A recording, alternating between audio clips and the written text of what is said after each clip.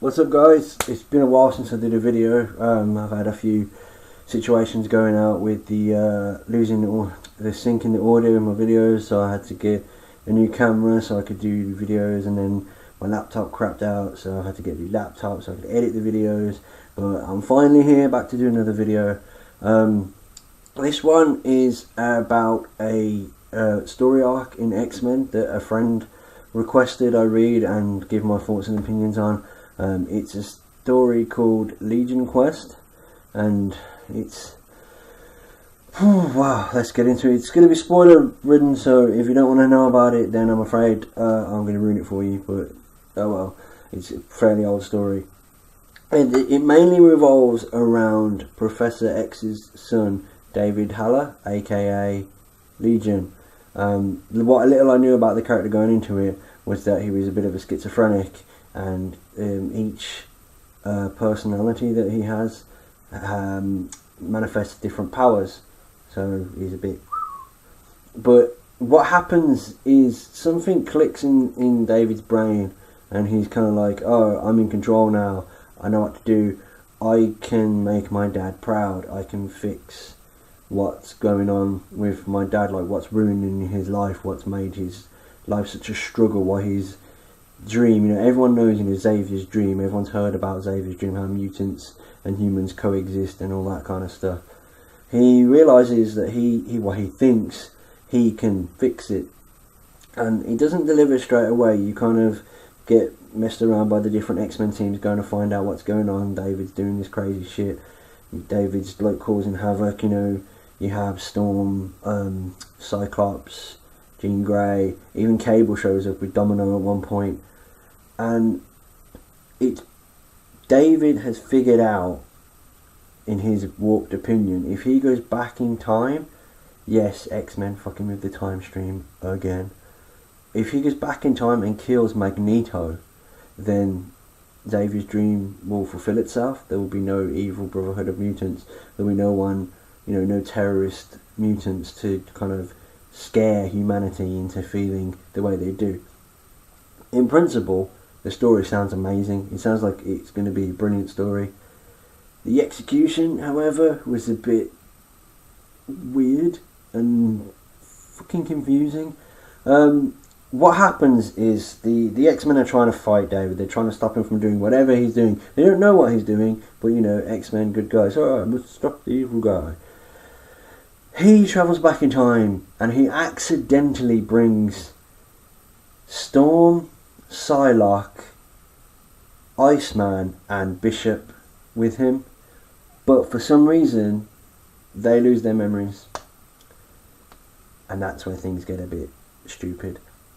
They lose their memories and they start living a life in the time that they've gone back to, which is when Xavier and Magneto first met each other, where they hadn't really revealed their powers to each other. That happens within the storyline. That side of the story I thought was fucking brilliant, because there's never enough of the friendship between Magneto and Professor X. You're just meant to assume that they've been friends for such a long time, that their friendship is so great that Professor X can, you know, let all of Magneto's terrorist acts slide, because he's like, well, we were friends, I know he's a good guy deep down. Yeah, but he's also a mass murderer, so, you know, figure that one out. It kind of culminates with them having the battle. You get a lot of pissing about with the time lost X-Men. Gee, never thought that would happen again. And then you also, in the present day, and I mean present because obviously it's out past, but in the present day, in the timeline of the book, you have the couples that are around, like Jean Grey and Cyclops. They're kind of like declaring their love for each other because they think the world's going to end because of what David is doing in the past, which was, you know, a pretty logical spin. He's got the really corny, super emotional, you know, Domino and Cable. They're kind of like, you know, well, we kind of like you, kind of like each other, but yeah, okay, we should probably admit it, shut up and kiss me moment. And it's like, that's kind of cool. I've never seen that. I've never seen a romantic storyline for Cable And, you know, the dude's been through a lot of shit. He kind of needs one. Dom isn't who I'd have thought it'd be with, but I guess having read stuff that's happened after this, where they kind of hint that they've been together, I really should have saw that one coming. And then on the other side you have Rogue and Gambit, you know, they're everyone's favourite couple that isn't, because they can't be a couple because of Rogue's powers. Even though there's about 4 fucking million ways to get around that. You know, she could wear a collar that nullifies her powers. You know, they could have Leech around to nullify her powers. All sorts of different fucking ways around it. But, you know, that kind of takes away from their relationship of they're so madly in love with each other, but they're in pain because they can't actually be together. That kind of was my favourite part of the story, because it actually kind of made you feel something for the characters. You were like, damn, you know, they genuinely believe the world is going to end. And it turns out that it's not, because obviously it's an X-Men story. They're going to win, they're going to save the day. When don't they? Only when they're fighting the Avengers, because the Avengers always win. They managed to stop excuse me, they managed to stop David from fucking killing Magneto. And at that point, you kind of like, you get to the point where you're like, can we just get to like the resolution? Because the stuff with Magneto and Professor X back in time was interesting enough. I don't believe for a second that Xavier was such a badass when it came to fighting, because in nothing I've ever seen has he ever shown that proficiency for fucking barroom brawls.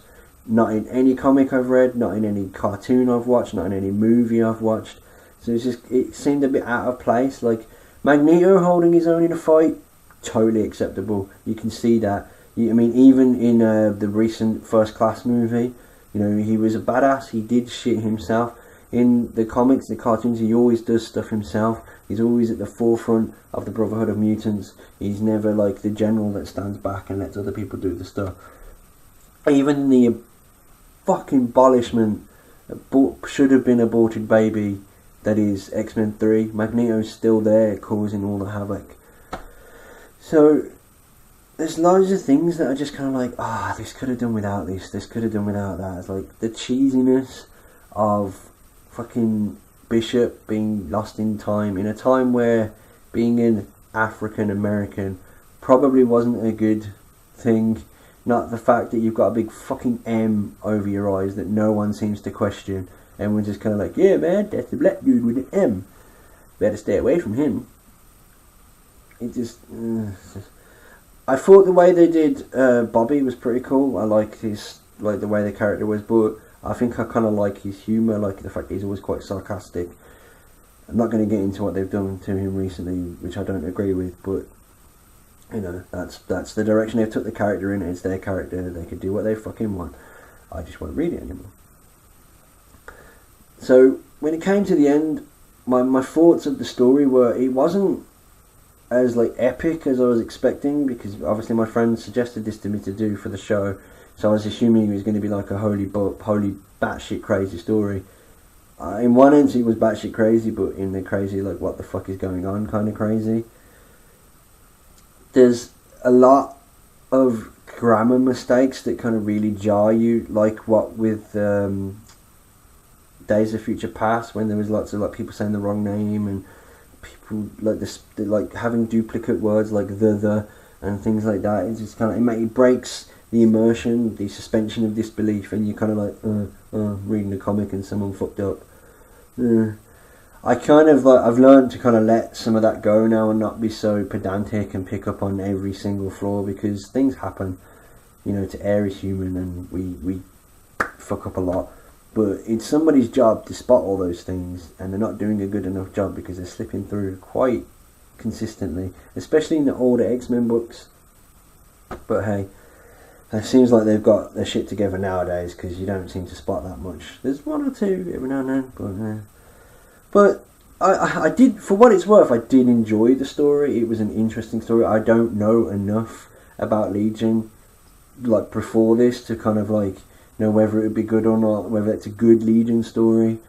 But I learned a lot about the character. I learned a lot about Magneto and Professor X, and I learned a lot about Legion's power set and what he's capable of, and why, you know, they really could have bigged him up in the X-Men movies instead of just having him be the fucking weirdo that he was. But we could talk about the X-Men movies for days on end. But so for this video, I reckon if you're into the older X-Men books, it's definitely worth a check, just because you learn stuff about how they're, you know, the two stalwarts of Professor X and Magneto became friends. How you can, even from the beginning, you can see the different psychologies, the different outlooks on the world, and how which way which people are going to go. You know, Magneto's going to go this way, Professor X is going to go this way. They're going to clash. If you, say for example, read Days of Future Past and thought it was bollocks, don't bother, because it's going to piss you off. You're probably going to get confused, and you probably don't care enough about the characters. So it's really, I can't get out of my head into the words that I want to say about it. It's really kind of some good stuff happens, some stupid stuff happens. There's good moments, there's good character moments, like with Cable and Domino, and, you know, Cable with his parents, and you have Rogue and Gambit as well. And there's never enough Rogue and Gambit in the newer stuff, in my opinion. I understand they have a different book in X-Men Legacy, or had a different book, but I just never got around to reading it. Maybe that's something I should do in the future. But for today, that's it. So yeah, total thoughts are good, bad, and kind of meh. But we'll see what we could do next time. I'm going to be doing a video with Hex at some point soon, like the old Comic Nom videos, about Warren Ellis's Planetary. I've just finished reading it, and Hex has been kind of egging me on for a while to do that, so you can expect that within the next couple of weeks. Other than that, I'm not quite sure what I'm going to do. I might start doing single issues. I might just keep doing trades and such, or story arcs. But we'll see how it goes from now, because, you know, new camera, new laptop, we'll see how the setup works. Whether I can try and get some videos out a bit more frequently, we'll see. I'm going to try it at least once a month, but I'd like to try and get once a week. So fingers crossed that works. If not, well, we'll see. You can catch me on Twitter down here. Suggest a video, not a video, suggest a story arc, suggest a book, suggest an issue. I'm more than happy to read pretty much anything that you guys want me to do. Until next time, I'll see you guys later.